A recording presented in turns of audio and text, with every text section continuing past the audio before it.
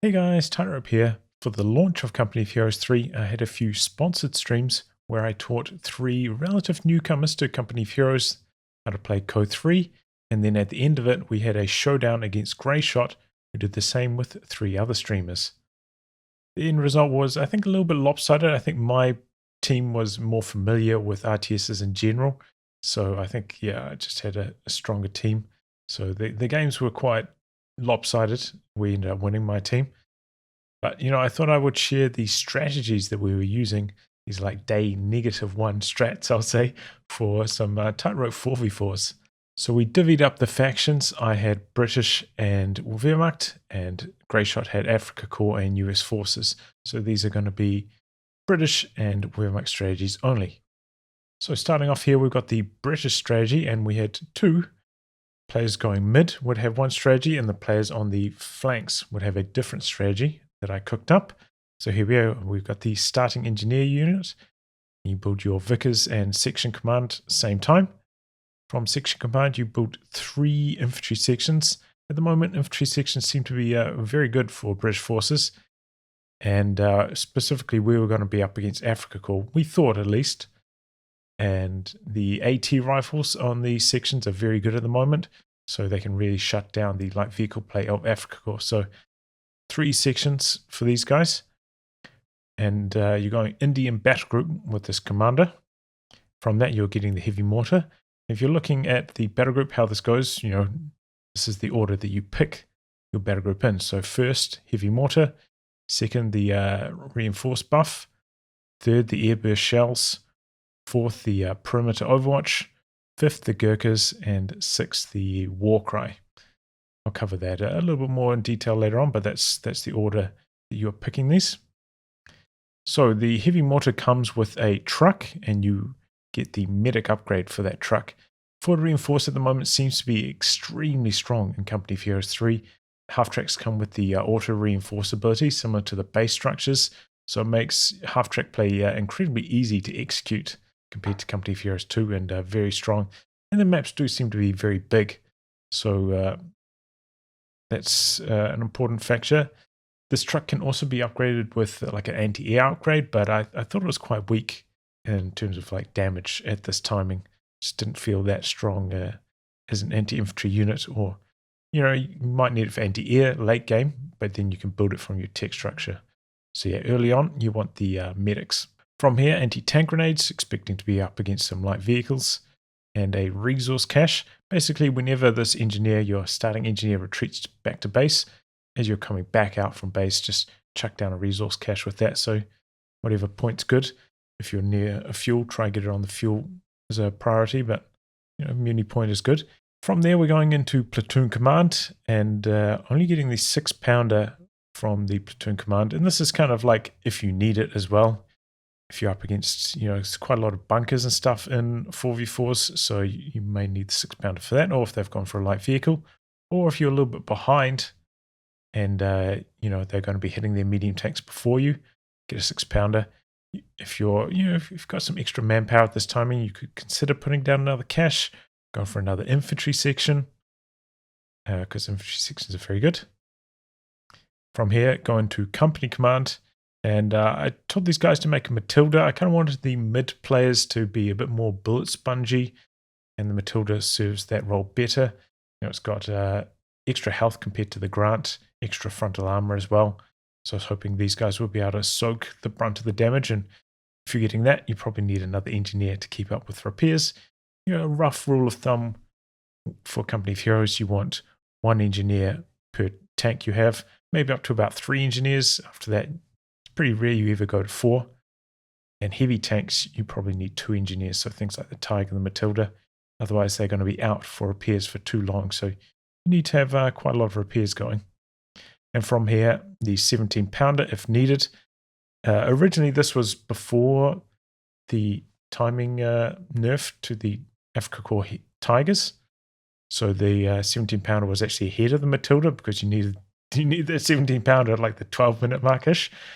But now it's back here and moved to if needed. You could probably get away with just like spamming grants, not building the 17-pounder until you see a Tiger on the field, even, because Brits don't have a dedicated like tank destroyer tank. You know that the Archers maybe is floating around somewhere, but is not currently available in their lineup. So yeah, if you need some heavy anti-tank, you need the 17 pounder, and you have to get the side tech before that, which is available. So to the battle group, going for the heavy mortar first because I think the heavy mortar is very good. I think the airburst shell on it, the vertability is great, like really, really strong. And you get the truck for it as well. And the truck is, as I said, very strong with the forward reinforce. Then because you are going quite heavy into sections in this game, and you may even want a fourth one, you want this 33% reduced reinforce costs. That's really good. Get that second. And I think, you know, because we're leaning so heavy into sections, we don't really want the Gurkhas with this build. So they are a very low priority. I feel like with this kind of build, you know, coming in this late as well, it's going to be quite late by the time you actually get to the Gurkhas. So yeah, I don't think for 4v4s with this kind of build, it really makes sense to try go for them third.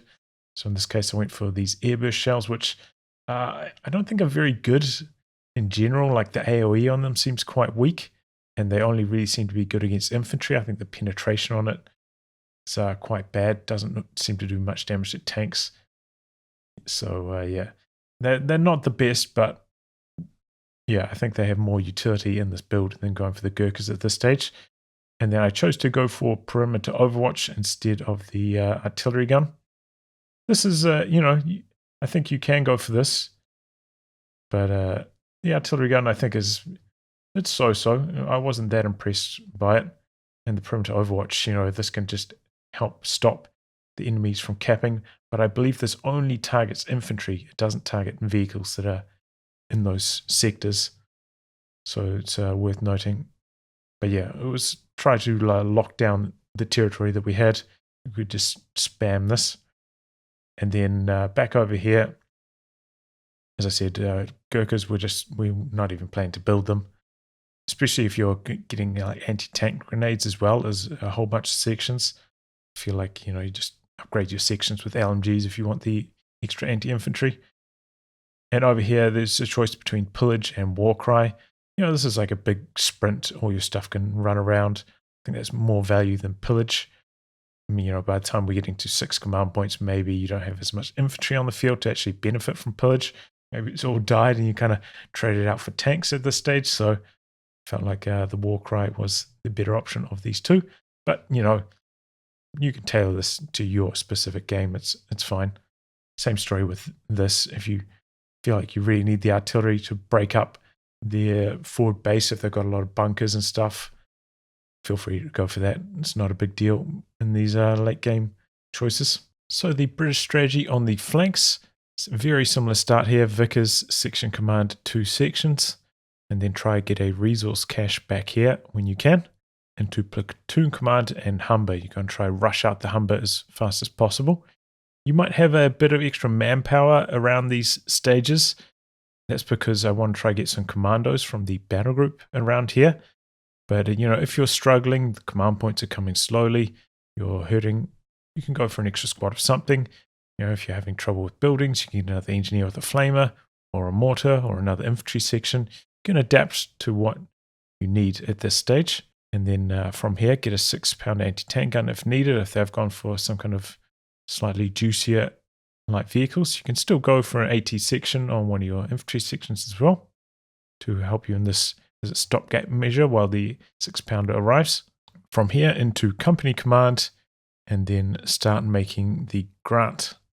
So you need to get the grant side tech, and then the plan here was to get 2 grants, then another engineer to try and upkeep repairs, and then the armored vehicle training upgrade. So this thing makes your grants fire faster, so better rate of fire on your grants. Get this upgrade, I would recommend after you've got 2 grants on the field, and if you lose a grant, go down to 1. I'd probably try and prioritize rebuilding back up to 2 grants before getting the armored vehicle training. You do have to get the side tech to make this available. So you do that from selecting your initial base structure. There's like a side tech upgrade. I think it's maybe 125 manpower. And then there's like an up arrow on the UI kind of next to the production buildings, like bottom right. You can click on that And then that's where the armored vehicle training upgrade is. Gives you a better rate of fire on the grunts.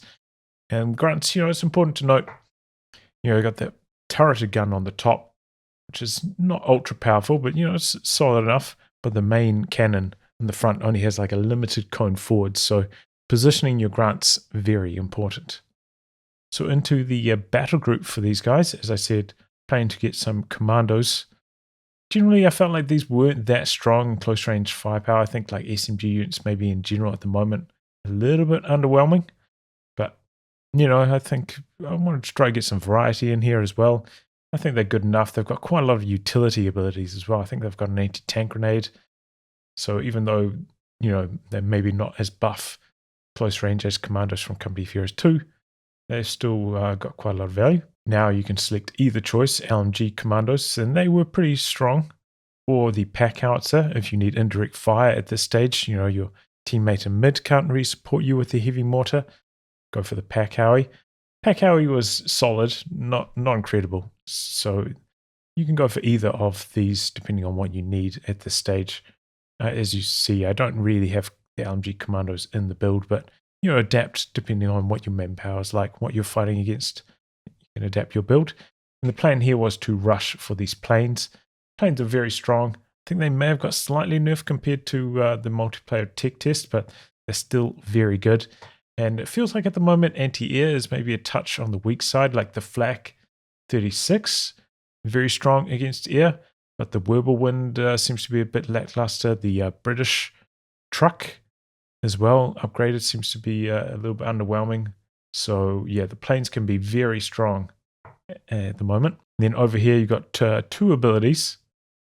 This one like blocks your enemy from capping resource points or something, I think. But it costs, I think, 80 munitions. So the plan was to spam the planes. So we weren't really wanting to go for this upgrade. And this costs a low amount of command points. I think this is 1 and this is maybe 2 or 3. So this was kind of about accelerating our way through the rest of the battle group tech. So we went for this one, which is lower. This allows you to build caches without having to send your engineers to cap. But at this stage, you probably already built your caches. So it's not very much utility. I think it's pretty weak for taking up 1 command point, honestly. This is the Centaur, the anti-structure Centaur. Don't plan on building this. So yeah, just as a side note, just make grants, not this. And then over here, you got a choice of 2. The flares, these are really good. These pop up a huge amount of vision all over the map. So, late game, if they've got a lot of anti-air, you can just switch to spamming flares from these. Huge utility. This thing is probably quite busted in team games, honestly, these flares. Just spam those. And over here, you have the big naval bombardment. If you really need it, you can go for this as well. But I found like the scatter on this was quite bad. Like, target in an area and it wouldn't even be guaranteed to land on the spot that you targeted. A lot of scatter. If the shells land, they can be quite strong. But yeah, I felt like it was quite unreliable for how much it costed. Prefer the more consistent performance of the flares. But if you're really needing to break up the enemy's positions, they're really dug in the area, which can happen. You may want to choose this instead. But, even with this strategy, I would probably consider going for the truck from the platoon command, maybe like after the Humber and Commandos, maybe alongside the anti-tank gun, somewhere around this timing, because the forward reinforce in 4v4s is just so powerful. So yeah, I would highly consider going for a truck here as a modification to this build, especially if you don't have like a teammate nearby that can provide you with some assistance if you're playing like random teams. Maybe going for the truck at around this timing for that forward reinforce, because yeah, I think it's very, very strong in the game at the moment. So onto the Wehrmacht strategy, and here our strategy was based around massive amounts of resource boosting. Basically, with the flank players, they would use the Kettenkrad with the cables and try and cap up like most of the sectors. This mid players would kind of run more to the like center of the map, skipping the sectors close to base, leaving those close sectors to your base for the flanks players to cap with their Ketten. So we'd have big, +3 resources on all of those points close to our base. And then the mid player would be going for these trucks. So we'd be building caches, trucks with the Kessen boosted resources, and we would just be flooded with resources. So that's the strategy here. It does require some coordination with your teams, so you might have to adapt your strategy if you're just playing this with randoms. So start with the pios, get your tech down, going into 2 grenadiers here, and you get this assault package for free at the start, so you might as well put them on your grenadiers.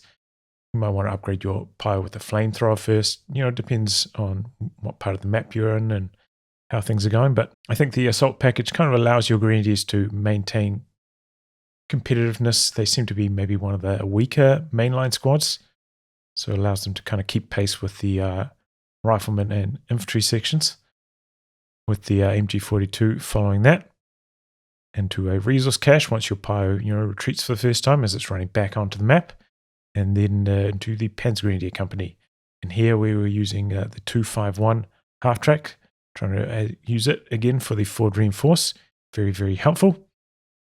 And then you go for, this is greedy, but 2 2.5 ton trucks. Kind of work these into your build as you can, like this is, if you're creaming it, things are going really well, go for 2 trucks at this stage from the battle group. But otherwise, if you need some more anti-infantry, you can consider going for some Panzer Grenadiers, another squad of Grenadiers, and an anti-tank gun, perhaps. Whatever you need. This is around the timing where you need to start adapting your build depending on how the game has been going. But our plan was to go just mega mondo greed straight into side tech for the Stug from the Panzergrenadier Company into Stug as your first form of anti-tank. So you got Grenadiers with the Faust, but that was about it. So you could get punished by a light vehicle pretty hard going for this build, but adapt your builds. This is what we were attempting. Stug first, first form of anti-tank. From here, Pio to help keep your half track, your Stug healthy, and then into the Nebelwerfer. If you're going for these kind of forward reinforced strats, you can kind of keep this nice and safe in a nice position, start lighting up the enemy positions. Could also put down some bunkers around this timing as well to help dig in a bit more. And there you go. Now, here I have Tiger Battle Group mentioned. The Tiger, as you can see, 9 command points, comes in very, very late, even like rushing it, even going for this. This is as fast as you can get it. 9. It comes in very late. It's maybe like the 20-minute-ish mark. So you're probably going to have to change your build. If you are really cracking it, you feel like you don't need the Stug at all, you could just skip this side tech, go for an anti-tank gun, and then go into the final stage, the Panzer Company, I think it's called, and then go for like Panzer IVs and Brumbeers while you wait for the Tiger to unlock.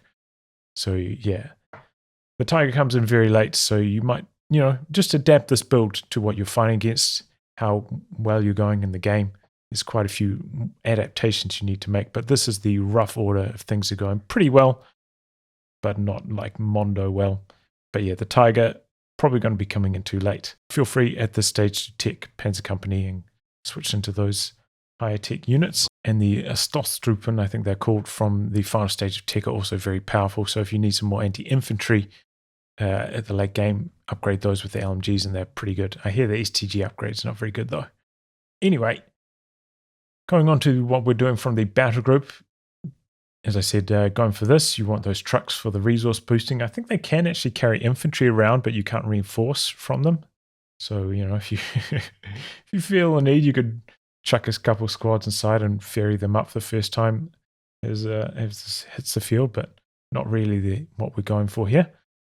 And then this is, I think this is like Blitz, isn't it, on everything? I can't even remember. But yeah, that's what we're going for. Main aim here is to try and get the Tiger out as fast as possible, so that's why we're going for that here. And then into the Tiger. As I said, this is free, so you get this one first. And then of these two, I went for the Smoke, just to have something to kind of spend your munitions on. And then of these two, this is ultra late game. Figured the incendiary bombing run is going to be more useful. So that's what we went for here. So that's what the mid players were doing, and yeah, our resources were out of control with this strategy. We just had just crazy amounts of resources, and this did really like enable the flanks players as well to play very aggressively. Even though I was teaching these relative newcomers to Company of Heroes how to play, like we didn't actually lose any of our games, even when we were playing auto match. So this was pretty good, but does require some coordination with your team, and be flexible with your build.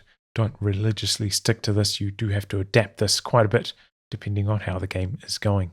So here's the flank strategy. As I was saying, these flanks players are going for the Kettenkrad. The idea was that these players will go for it since the mid players are investing so much manpower into the 2.5 ton trucks for the resource boosting. The flanks players should be the ones taking the blow and getting the Kettenkrad, spending their manpower on that, which, after that initial capping, is kind of useless in these 4v4 situations where not much territory trades hands. But, the resource boost from all game is so good. And, of course, delay your first cap until the cable upgrade has completed. Maybe once the upgrade's about 2/3 complete, to 3/4 complete, drive into the point then, because the kitten does cap the points very quickly. And then you get the upgrade, and then you'll complete the capture, so you have the boosted resources from that for the rest of the game. So then you're going into Falchion Pioneer, and that is available straight away. So this is kind of simultaneous. You can tick this straight away. It doesn't have any command point cost. And at the moment, you can drop these guys in onto anywhere on the field. You don't have to have vision. So straight away, you've got to be careful, because I think next to some points, you can't drop them. But, just move your cursor around, find a spot where you can drop them. And you can just drop these guys right into the middle of the battlefield. And start capping the middle of the field immediately. Really broken, I think, that you can do that with these guys. And they're pretty good. Falchion Pioneer, I didn't mention it here, but get them with the grenade launcher. The grenade launcher, I found it to be quite strong. So you're kind of going for 2 of those squads at this stage. Basically, as soon as it comes off cooldown, go for another one. Into Infantry Company, we're not building anything from that. Resource cache again as your pies retreat. Build that as they run back onto the field. And these guys were going for the Luftwaffe company, kind of going for like a mixed tech, because you can go for either Panzergrenadier company or Luftwaffe company. You don't need to go for both of them. So this is kind of like a way to spread things around and get access to the Whirlwind in case we needed anti-air. So at this stage, going into a Jaeger. If you are high on command points, you go for a Falchion Jaeger at this stage. But yeah, this was going to be the flanks player's source of anti-tank. They only get 1 Panzerschreck, but it seems to do a lot of damage and have quite a good rate of fire. The Jaegers with the Schreck I found to be quite strong, actually, against vehicles, even against medium tanks. So that's their main form of anti-tank as they're going through this phase of the game. And then into Falchion Jaeger. These guys still have the Faust in Co 3, so they're pretty good. They're pretty good. And then these guys were going for like a Whirlwind Rush. So, if the resources allowed from the resource boosting from everything else, you could even maybe like skip the Falchion Jaeger, go straight into the Whirlwind. And, we were expecting to be up against US forces. Maybe they would have gone for the Greyhound, and the Whirlwind does bully the Greyhound quite hard. And this wouldn't arrive too much later than the Greyhound. So that was kind of the idea here. And, if you needed to just, move the Whirlwind around the map to whichever area is needed. You don't have to just play with it in your lane, was the idea here.